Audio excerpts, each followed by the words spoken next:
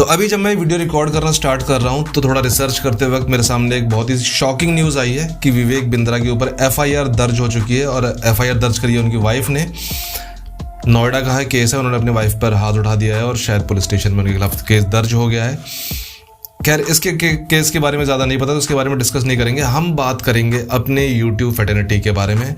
YouTube के दो दिग्गज यूट्यूबर्स के बीच में काफ़ी तगड़ी बीफ और काफ़ी बड़ा ई लफड़ा हुआ है। ई लफड़े तो बहुत सारे देखे हैं हमने, पास्ट में भी होते रहते हैं, नॉर्मल है।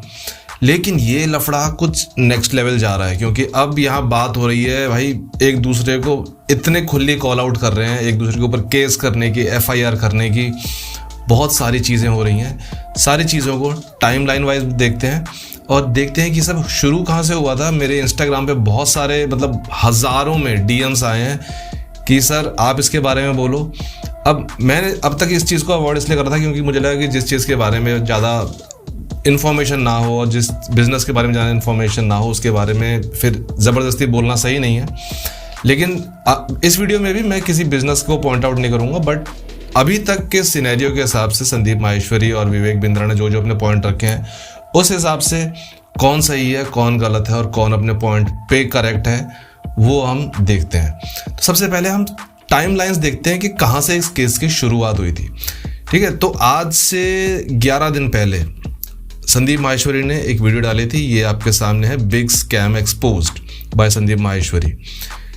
इस वीडियो में संदीप माहेश्वरी ने किसी भी क्रिएटर का नाम नहीं लिया था, किसी भी यूट्यूबर का नाम नहीं लिया था, ना किसी बिजनेसमैन का, ना किसी की कंपनी का, किसी का भी नाम मेंशन नहीं हुआ था। सिर्फ एक बिजनेस को लेके बात हुई थी, एक बिजनेस मॉडल को लेके। एक बंदा खड़ा हुआ, उसने कहा कि भाई मैंने एक कोर्स खरीदा 50,000 का, वो वर्थ नहीं था, मेरे पैसे डूब गए। इतनी बात हुई और इसी बात को मतलब इसी टॉपिक के ऊपर 10 मिनट का एक वीडियो था, 10 मिनट 2 सेकंड का वीडियो है, नाम था बिग स्कैम एक्सपोज्ड, और ये वीडियो अपलोड हो गया यूट्यूब पे। कहीं किसी का नाम नहीं था, लेकिन पब्लिक आजकल की समझदार है, वही कमेंट सेक्शन भर गया इस वीडियो का कि विवेक बिंद्रा के बारे में बात हो रही है, विवेक बिंद्रा के बारे में बात हो रही है।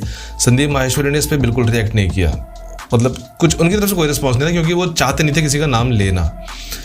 लेकिन इस वीडियो के कुछ ही शायद अगले दिन की बात है, अगले दिन एक कम्युनिटी पोस्ट डाला उन्होंने। ये देखो, अब चलते हैं उनके कम्युनिटी पोस्ट पे।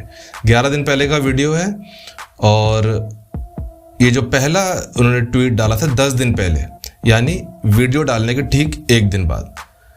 माई team is under a lot of pressure to delete my latest videos. Let me make it absolutely clear, we will not delete it in any circumstances. The person who exposed this scam in the video has been getting a lot of calls to change his statement.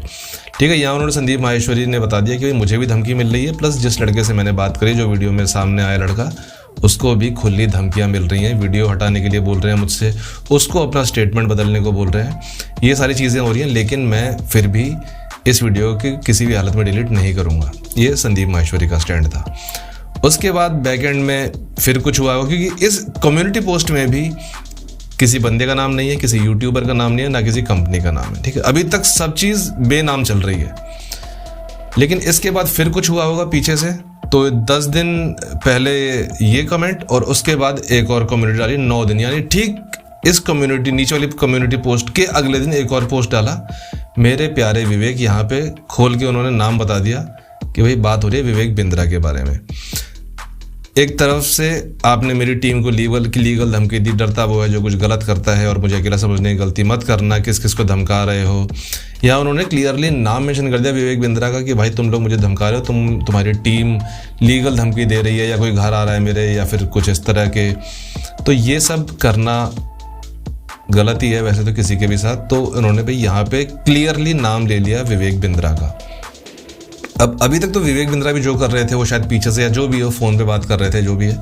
लेकिन इस community post में जब संदीप ने उनका open नाम ले लिया तो उन्होंने अपने चैनल पे विवेक ने एक कम्युनिटी पोस्ट डाला और उसमें उन्होंने वही सब बातें कही कि मैंने किसी को धमकी नहीं दी, मैंने किसी को लीगल भी नहीं भेजा। ये बात उन्होंने अपनी वीडियो में भी कही थी, एक बार लाइव भी आए थे वो। तो यही सारी चीज़ें उन्होंने कही कि हमने किसी को धमकाया नहीं, हमने किसी को लीगल केस नहीं करने की धमकी नहीं दी।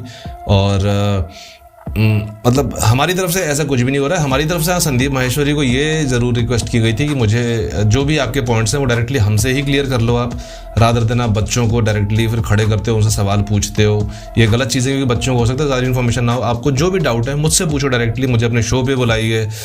और विवेक ने कहा कि मैंने आपको फ़ोन किया, आपकी टीम ने फ़ोन काट दिया, मुझसे बात नहीं करने दे रहा आपकी टीम वाले या आपकी वाइफ।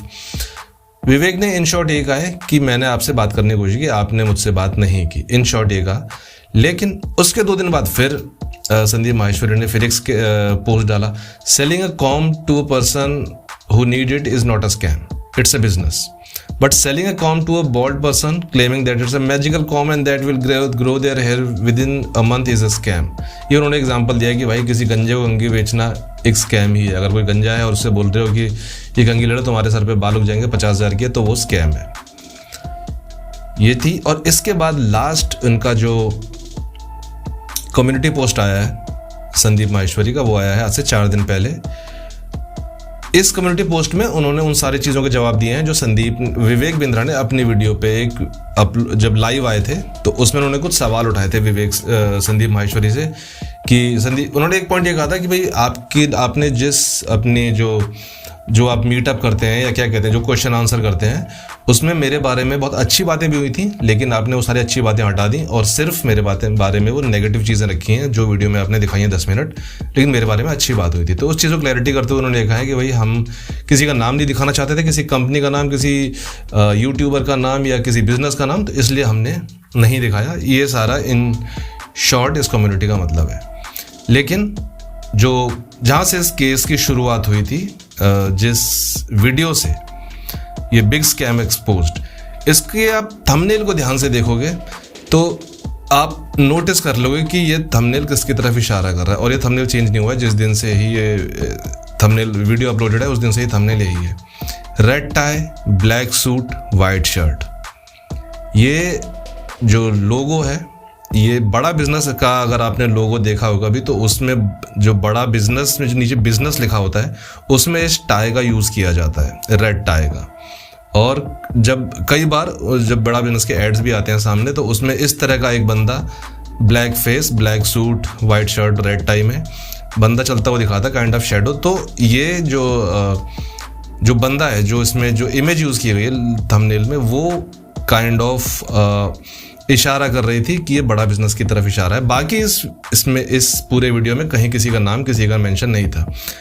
ये जो वीडियो है, इसके बाद इन्होंने एक और वीडियो अपलोड की थी, स्टॉप स्कैम बिजनेस। इसमें उन्होंने सेम मुद्दा उठाया है जो पिछले बिजनेस में उठाया था, और इसमें भी सेम एक MLM के बंदे को उठाया गया, मल्टी लेवल मार्केटिंग को पूरी तरह ध्वस्त किया संदीप माहेश्वरी ने। ठीक है, एक और जो स्कैम हो रहे थे मार्केट में कि कैसे बच्चे बर्बाद हो रहे हैं, पैसे, टाइम सब खराब करते हैं, और जितनी जल्दी हो सके इस धंधे को छोड़ के निकल जाना चाहिए, इन शॉर्ट ये समझाया था। और फाइनल वीडियो जो आया है जिसने तूफान खड़ा कर दिया है पूरे यूट्यूब में, एक्चुअली जिसे तूफान कह सकते हैं, क्योंकि इस वीडियो में जो क्लेम्स किए हैं संदीप माहेश्वरी ने, वो बहुत ही बड़े हैं और बहुत ही ब्रूटल हैं और लीगल भी हैं। मतलब लीगली क्रिमिनल आप किसी पे ऑफेंस डाल रहे हो या किसी पे आप क्रिमिनल चार्जेस लगाने की बात करो, जो बहुत ही बड़े हैं। और ऐसे नहीं हल्के फुल्के, यार इन्होंने मतलब पूरी तैयारी कर ली विवेक बिंद्रा को फंसवाने की। तो इस 31 मिनट का वीडियो है, ठीक है।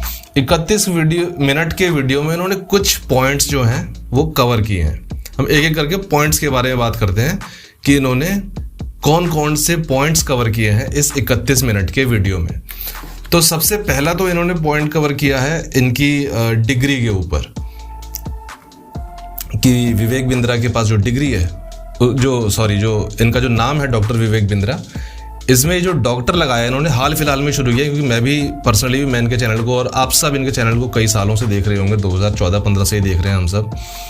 तो पहले इनका चैनल का नाम सिर्फ विवेक बिंद्रा था, फिर इन्होंने रिसेंटली अपने चैनल का नाम डॉक्टर विवेक बिंद्रा कर लिया। लोगों को लगा होगा कि शायद कहीं से डॉक्टरेट करी होगी, PhD करी होगी, लेकिन संदीप माहेश्वरी ने बताया कि भाई इन्होंने सिर्फ अपने नाम के पीछे डॉक्टर लगाने के लिए श्रीलंका से डिग्री ली है, जो मात्र 2.5-3 लाख रुपए में मिल जाती है। ठीक है, ओपन स्कूल रहता है, आप जाओ नहीं जाओ, आप पैसे बस फीस भर दो और आपको डिग्री आपको मिल जाएगी। पहला क्लेम तो ये है कि इनकी जो डॉक्टर की डिग्री है, जो इनके नाम के पीछे डॉक्टर लगा है, वो फर्जी है।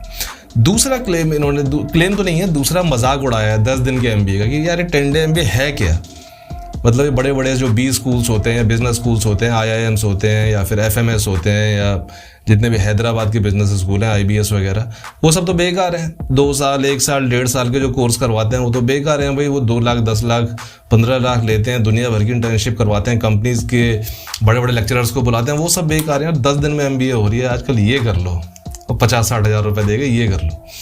इसको तो मजाक ही उड़ाया था, इसमें तो खैर कोई वो नहीं है। दूसरे उसके बाद जो उठाया था, इसके अगला मुद्दा उठाया वो है कि इन्होंने, विवेक बिंद्रा ने अपनी जब वीडियो आई थी, जब लाइव आए थे वो अपने चैनल पे, उन्होंने संदीप माहेश्वरी को एक चैलेंज किया था कि भाई 7 दिन के अंदर कुछ ऐसा करने वाला हूँ जिसे देख के तुम भी याद करोगे या तुम्हें देखोगे, दुनिया देखेगी कि 7 दिन के अंदर क्या होने वाला है, कुछ बड़ा करने वाला हूँ मैं। इस चीज़ को संदीप माहेश्वरी ने पकड़ लिया और इस चीज़ों को अलाउट किया है कि तुम मुझे धमकी दे रहे हो ओपन प्लेटफॉर्म पे, यूट्यूब पे आके धमकी दे रहे हो कि 7 दिन के अंदर तुम मेरा कुछ करने वाले हो, मेरे साथ कुछ होने वाला है, लेकिन अब तो तुमने ओपनली धमकी दे दी है, तो अगर मेरे साथ 7 दिन के अंदर कुछ भी होता है तो उसके जिम्मेदार तुम होगे। तो संदीप माहेश्वरी ने, ठीक है, वर्ड प्ले कह सकते हैं ऐसे। विवेक बिंद्रा ने जब ये कहा था कि 7 दिन के अंदर कुछ करके दिखाऊंगा, तो उसका ये मतलब तो बिल्कुल नहीं होगा कि यार तुम्हारे साथ मैं मारपीट करने वाला हूँ। ये तो ऑब्वियस है यार, किसी को ऐसी चीज़ कोई ओपनली तो सोशल मीडिया पे बोलेगा नहीं। उनको बोलने का मतलब रहा होगा कि कुछ बैक एंड में वो कुछ कर सकते हैं, कुछ एक्शन लें या कुछ भी करें, लेकिन ऐसे मारपीट करने का ऑप्शन नहीं होगा। लेकिन संदीप माहेश्वरी ने उस तरह से प्रेजेंट कर दिया इसको दुनिया के सामने कि भाई उसने मेरे को धमकी दी है 7 दिन में, अब मेरे साथ कुछ भी होता है 7 दिन में तो उसका जिम्मेदार विवेक बिंद्रा होगा। जबकि मालूम है 7 दिन के अंदर ऐसा कुछ नहीं होने वाला, कोई मारपीट कोई लड़ाई झगड़े तो होने नहीं वाले। अगर कुछ होगा तो लीगल या उस तरह से हो सकता है, बाकी फिजिकली तो कुछ नहीं होने वाला। उसके बाद एक ऑप्शन है, मतलब ऑप्शन नहीं, उसके बाद उसके ऊपर उन्होंने इल्ज़ाम लगाया संदीप ने कि भाई साहब ये देश छोड़ के भाग जाएगा। मतलब उसको भगोड़ा डिक्लेयर करने की बात कर रहे हैं, क्योंकि जैसे बड़े बड़े स्कैमर्स होते हैं, फॉर एग्जांपल संदीप ने बहुत सारे बिजनेस के एग्जांपल लिए कि ऐसे बहुत सारे बड़े बड़े बिजनेस हुए हैं पास्ट में जो ऐसे ही बहुत अपने टॉप पे थे। जब वो बिजनेस चल रहे थे तो टॉप पे थे, बड़े बड़े कनेक्शंस थे, और जब उनका स्कैम जो एक्सपोज होता है तो सबसे पहला वो लोग काम करते हैं कि देश छोड़ के भागते हैं, और ये बंदा भी देश छोड़ के भागेगा।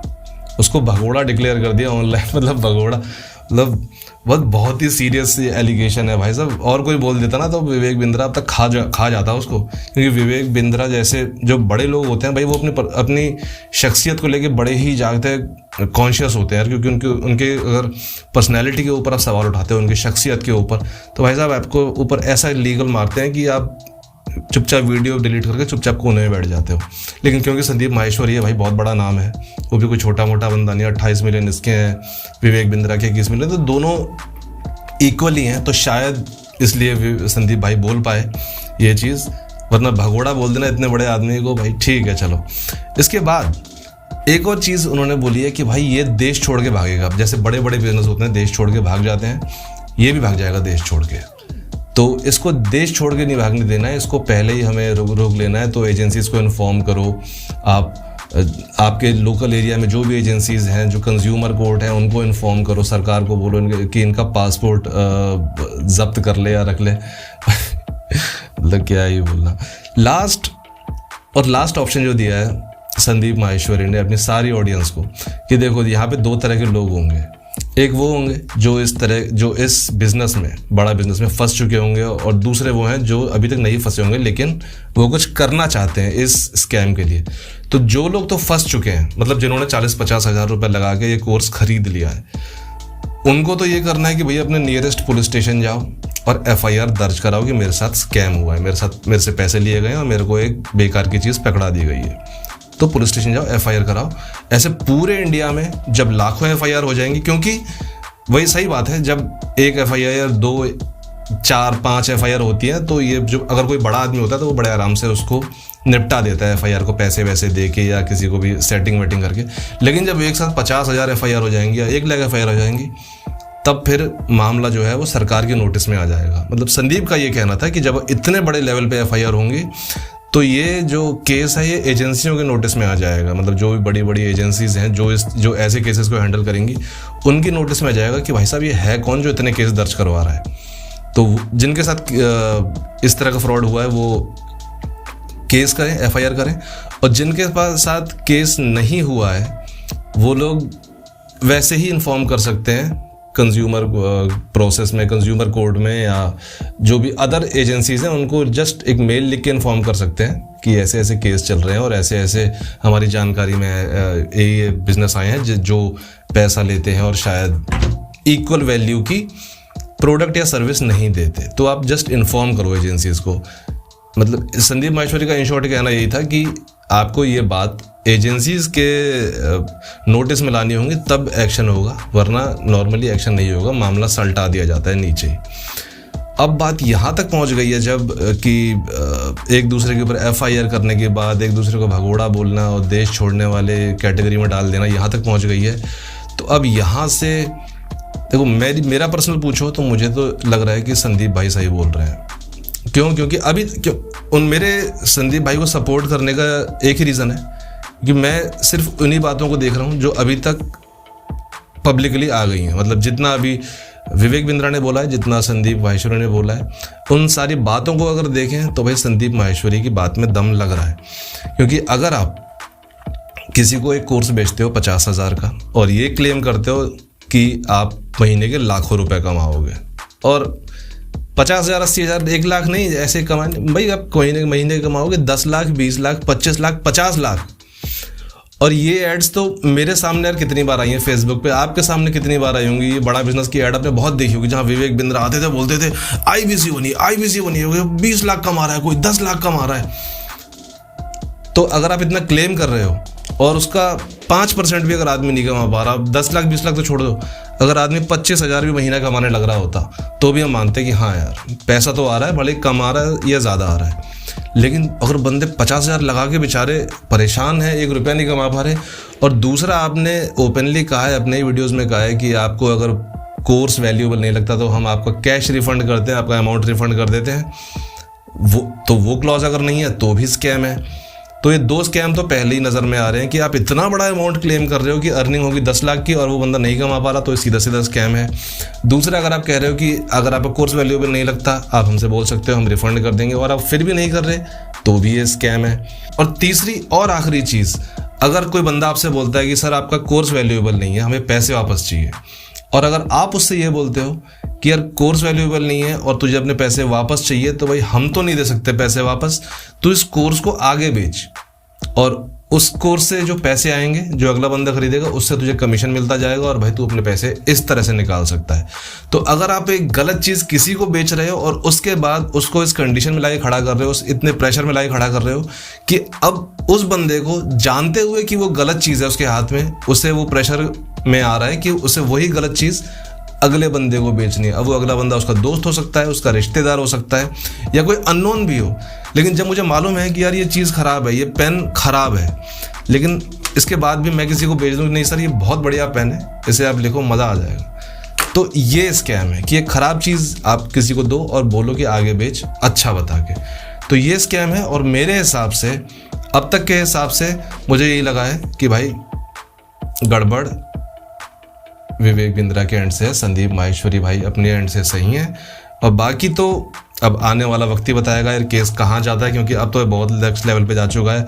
अब तो सिर्फ देखने वाली बात होगी कि भाई अब अल्टीमेटली, क्योंकि संदीप ने अपनी तरफ से जो रखना रख दिया, अब देखते हैं विवेक बिंद्रा की तरफ से क्या आता है। और ये भी देखना है कि भाई के ऊपर जो FIR हुई है विवेक भाई के ऊपर, उसका क्या रहता है, क्योंकि नोएडा में हुई है FIR और उनकी वाइफ ने कंप्लेंट मारी है, तो इसमें भी कुछ मामला उल्टा पड़ सकता है भाई। सही बात है यार, टाइम खराब आता है तो चारों तरफ से आता है।